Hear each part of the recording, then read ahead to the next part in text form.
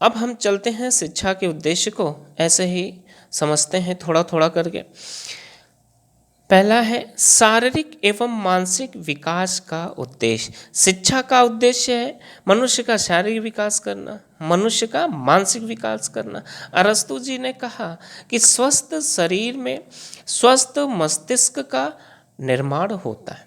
अगर हमारा शरीर स्वस्थ नहीं है तो हमारे अंदर स्वस्थ मस्तिष्क निर्माण नहीं हो सकता। ठीक है ना। तो हम कह सकते हैं कि स्वास्थ्य मनुष्य की इच्छा शक्ति, आत्मविश्वास एवं साहस का आधार होता है। अगर मनुष्य का स्वास्थ्य सही नहीं है तो उसके अंदर की जो इच्छा शक्ति है वो सुदृढ़ नहीं होंगी, आत्मविश्वास नहीं अच्छा होगा, साहस नहीं बढ़ेगा। जब साहस, आत्मविश्वास और इच्छा शक्ति नहीं होगी तो उसके अंदर मानसिक शक्तियों का विकास नहीं होगा।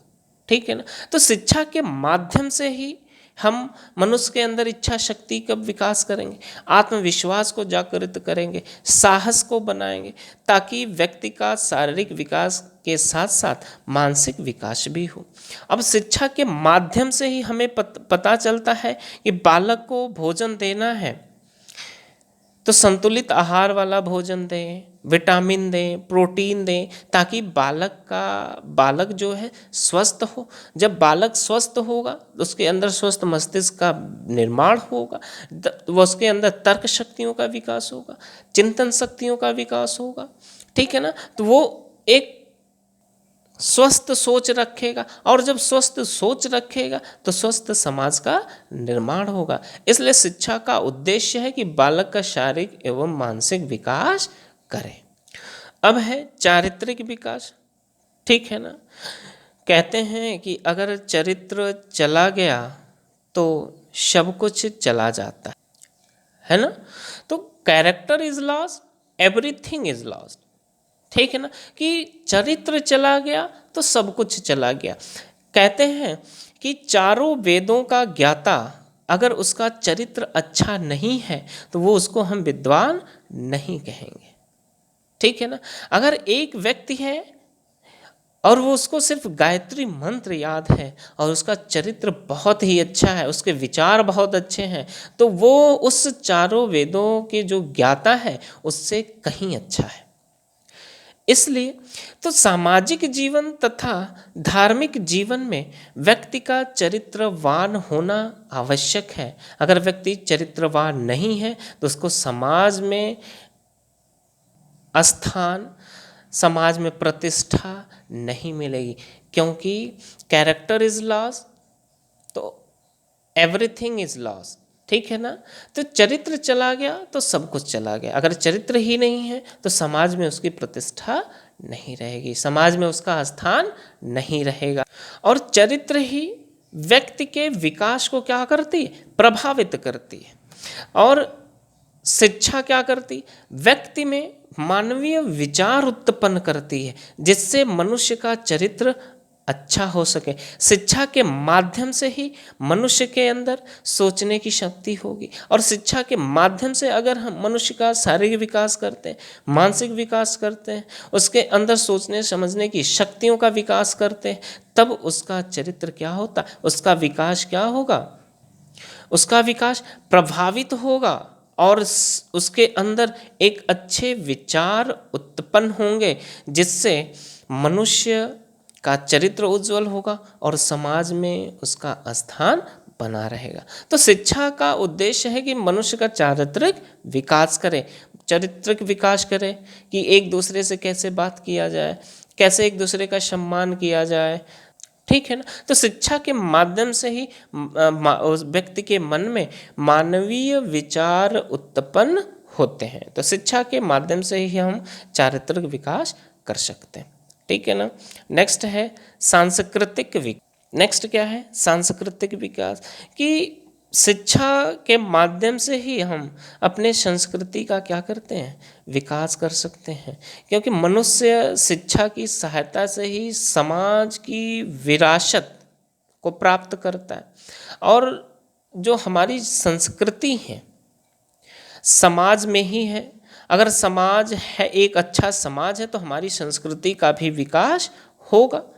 अगर हम अपने आने वाली पीढ़ी को अपनी संस्कृति के बारे में न बताएं, रीति रिवाज के बारे में कोई ज्ञान ना दें, ठीक है ना, हमारे त्यौहार क्या हैं उसके बारे में न बताएं, तो वो बालक कुछ सीखेगा लेकिन पूरा सीख नहीं पाएगा। तो धीरे धीरे उसके आने जितना वो सीखेगा आगे वाली को उसने आगे वाले पीढ़ी को नहीं बताया, तो धीरे धीरे करके ये अब हमारे समाज से जो संस्कृति है, संस्कृति का संरक्षण होना, वो धीरे धीरे क्या होने लगता है, लोप होने लगता है, नष्ट होने लगता है। और शिक्षा के माध्यम से ही, शिक्षा के माध्यम से ही हम इस संस्कृति का संरक्षण करते हैं, सभ्यता का संरक्षण करते हैं, अपने संस्कृति को, अपने त्यौहार को, अपने रीति रिवाज को शिक्षा के माध्यम से अपने आने वाली पीढ़ी को हस्तांतरित करते रहते हैं, जिससे हम अपने संस्कृति का विकास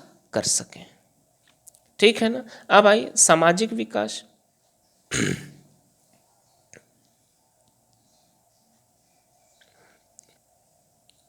देखिए, मनुष्य एक सामाजिक प्राणी है और मनुष्य का समाज से बहुत ही घनिष्ठ संबंध होता है।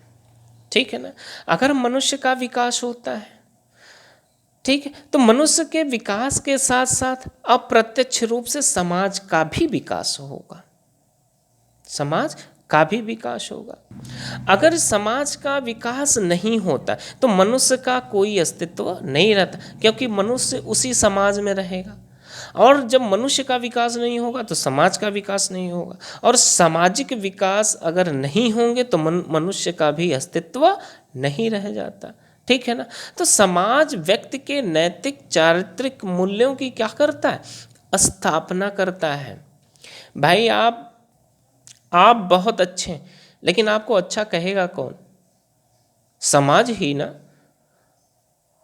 भाई आप बहुत अच्छे हैं, सब कुछ बहुत अच्छा है, आप घर में रहें, आपके पास बहुत पैसा है, बहुत इज्जत है, बहुत सारे पैसे हैं, और समाज में आपको कोई जानने वाला नहीं है, तो आपका वो पैसा किस काम का, किसी काम का नहीं। ठीक है ना। अगर आप सामाजिक हैं, आप एक दूसरे से बोल रहे हैं, एक दूसरे के साथ कार्य कर रहे हैं, ठीक है ना, एक दूसरे का मदद कर रहे हैं, तो आपको 10-20 लोग जानने वाले होंगे, तो आपको जानेंगे हाँ उनके पास बहुत पैसा है, बहुत अच्छे इंसान हैं, पैसे के साथ साथ बहुत अच्छे इंसान हैं, वो सबकी मदद करते हैं, तो वहाँ आपका सामाजिक विकास हुआ। आप ऐसा कुछ कार्य नहीं करते, ठीक है ना, तो वहाँ आपका अस्तित्व कुछ नहीं रह जाता, आपका अस्तित्व ही नहीं रह जाएगा। इसलिए शिक्षा के माध्यम से मनुष्य के अंदर, ठीक है ना, मनुष्य के अंदर वो ज्ञान प्रदान करना जिससे मनुष्य सामाजिक हो। अगर वो समाज में रहता है तभी उसका अस्तित्व बरकरार है। अगर सामाजिक विकास नहीं हुआ तो उसका अस्तित्व का भी विकास नहीं होगा, उसका कोई अस्तित्व नहीं रह जाता। इसलिए शिक्षा के माध्यम से हम सामाजिक विकास करते हैं।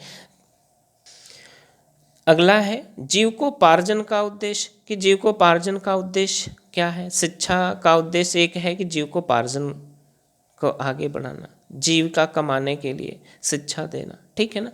तो स्वयं को समाज में समायोजित करना है, समाज में प्रतिष्ठा प्राप्त करना है अगर, तो जीविका कमाना आवश्यक है। अगर जीविका आप नहीं कमाते हैं तो समाज में एक बोझ बनकर रह जाएंगे, ठीक है ना। अगर आपको समाज पर बोझ नहीं बनना है तो आपको जीविका कमाना है, ठीक है।